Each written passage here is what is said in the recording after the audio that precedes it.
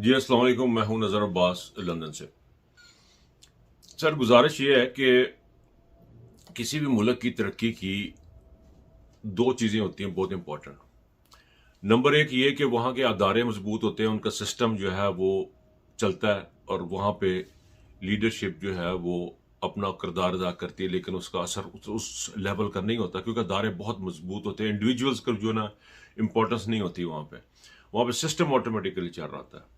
और जहाँ पे पाकिस्तान जैसे मुल्क होते हैं वहाँ पे इंडिविजुअल्स की स्ट्रेंथ बहुत ज़रूरी है और इंडिविजुअल्स का ईमानदारी बहुत ज़रूरी है।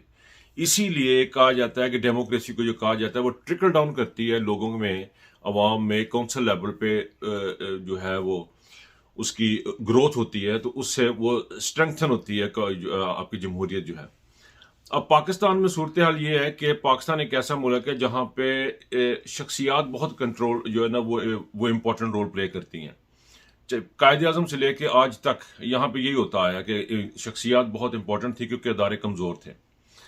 अब सूरत हाल ये है कि जी पाकिस्तान की इकॉनमी की प्रॉब्लम हो गई है।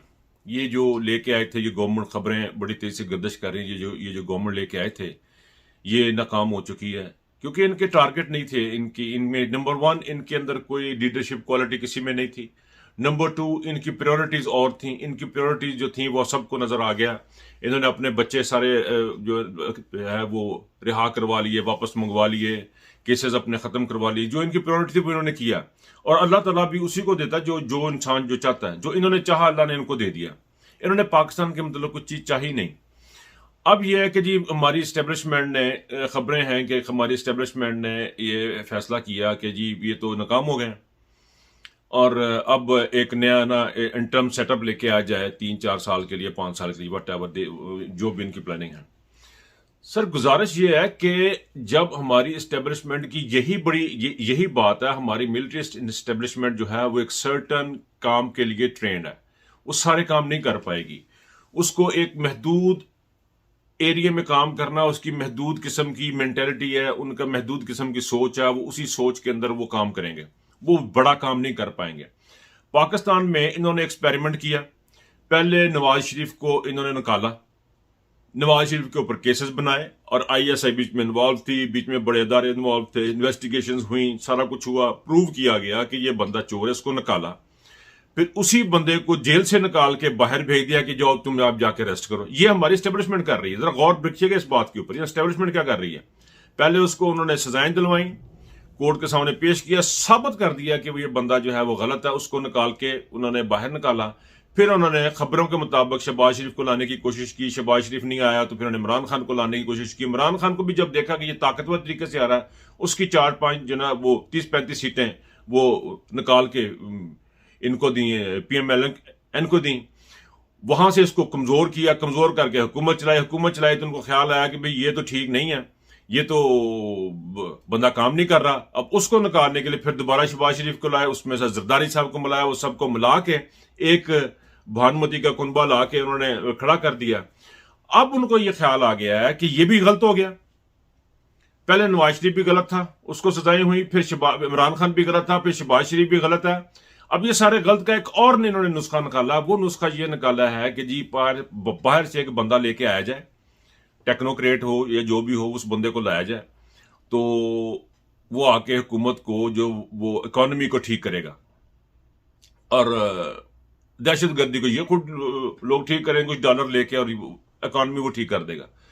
सर, गुजारिश ये है कि जो बार बार कहा जाता है कि ये घामड़ है, ये इनकी एक्सपोजर नहीं है दिमाग का, यही वजह है ना सर।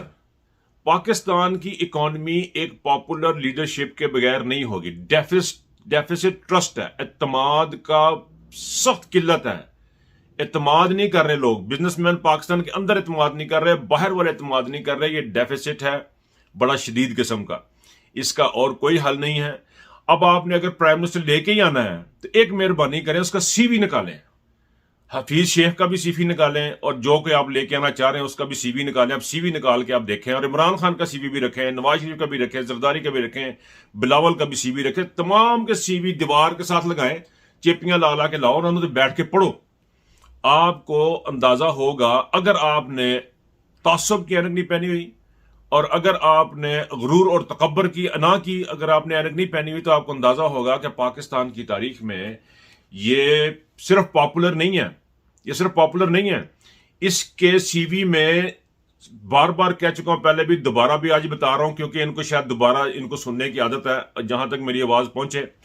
सर, इस बंदे के क्रेडिट में सबसे पहले ऑक्सफोर्ड यूनिवर्सिटी की डिग्री है, फिर इसके क्रेडिट में पाकिस्तान की गेम्स हैं, क्रिकेट की कप्तानी है, वर्ल्ड कप है, बेशुमार तहाइफ हैं जो इसने बंदे ने जीते हुए हैं, बेतुमार जो है वो चीजें अचीवमेंट्स इसने की हुए खेल के मैदान में। फिर इसने चैरिटी में, इसका सीवी है, ये सीवी है, उसने हॉस्पिटल बनाए हुए हैं, उसने यूनिवर्सिटी बनाई हुई है, वो एक यूनिवर्सिटी का इंग्लैंड में वाइस चांसलर भी रहा है 9 8 साल तक।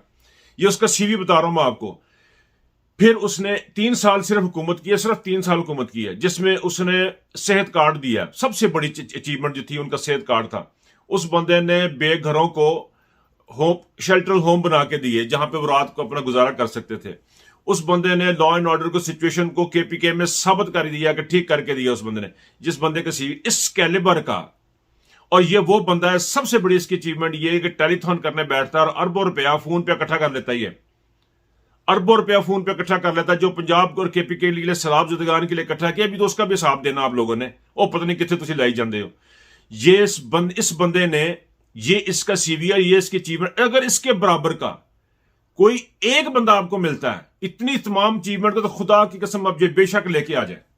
और अगर इसके साथ बुग़्ज़ और औनाद और गोलियां मार के भी आपको सुकून नहीं ना मिल रहा, तो आप यकीन करें आप मुल्क के साथ गद्दारी करेंगे। ये प्योर गद्दारी होगी जब एक chief of army staff, army अपने प्राइम मिनिस्टर की मर्जी के बगैर, जाने पूछे बगैर अपने मामला तय कर रहा है हुसैन हक्कानी जैसे लोगों के साथ, तो यह सर गद्दारी ही होती है, इसे ही गद्दारी कहते हैं। और गद्दारी क्या होती है? सिर्फ इलेक्शन, साफ शफाफ इलेक्शन, और कोई हल नहीं है। क्योंकि अगर आप ये नहीं करेंगे तो आप पाकिस्तान की लाइफ लाइन काट देंगे, जो कि ओवरसीज पाकिस्तानी है। अपना बहुत ख्याल रखिएगा। अल्लाह हाफिज।